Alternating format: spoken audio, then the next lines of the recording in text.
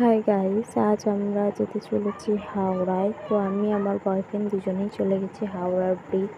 আজকে ভালো লাগছিল না দিনটা, তাই ভাবলাম হাওড়া ব্রিজ থেকে একটু সময় কাটিয়ে আসি। তো এটা হচ্ছে হাওড়ার ব্রিজ, আর এই হাওড়ার ব্রিজে আমরা হাঁটতে হাঁটতে চলে আসি।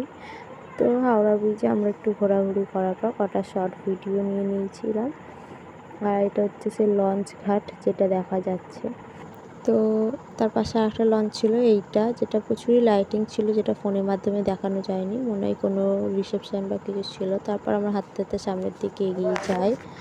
তো এটা হচ্ছে হাওড়া ব্রিজে, যেখানে প্রচুরই গাড়ি ঘোড়া যাচ্ছিলো, দেখতে খুবই সুন্দর লাগছিলো। তারপর আমরা ছোটোখাটো কটা ভিডিও করে নিই। আর এটা হচ্ছে আমার বয়ফ্রেন্ড, যেটা তোমরা দেখতেই পাচ্ছ। তো এখানেও আমরা একটু সুন্দর সুন্দর ভিডিও করে নিয়েছিলাম। আরও আছে যেগুলো তোমরা পরপর দেখতেই পাবে।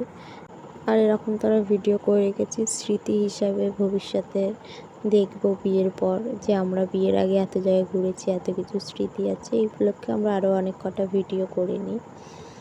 তারপর ভিডিও করা হয়েও যায়। তো তারপর আবার কিছুক্ষণ থেকে আমরা ঘুরে ঘাড়ে চলেই যাব বাড়ি। তো আমরা তারপর ট্রেনে উঠেও পড়বো একটু পরে, তোমরা সেটা দেখতে পাবে। আর এই যে আমরা এখন বাড়ির দিকে রওনা দিয়ে দিয়েছি হাওড়া ব্রিজ থেকে। এবার আমরা চলে যাব বাড়ি।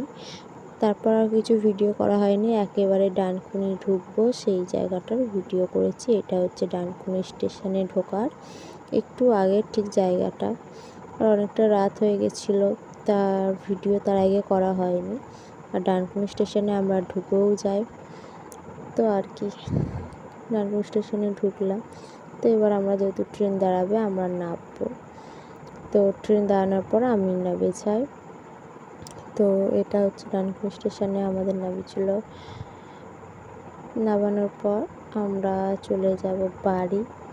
তো আর ভিডিও করা হয়নি, ভিডিওটা জাস্ট এতখানি মতনই ছিল, কারণ তারপর ওর বাড়ি চলে যাবে, আমি আমার বাড়ি চলে যাব। তো ভিডিওটা তার করা হলো না। এই হচ্ছে ডানকুনি স্টেশন, যেটা তোমরা দেখতেই পাচ্ছ। তো অনেকটা রাত হয়ে গেছিলো বলে পুরো ফাঁকা হয়ে গেছিলো। আর আমার ভিডিওটা এইটুকুনি, ভালো লাগলে সাবস্ক্রাইব করে লাইক করে দেবে। বাই।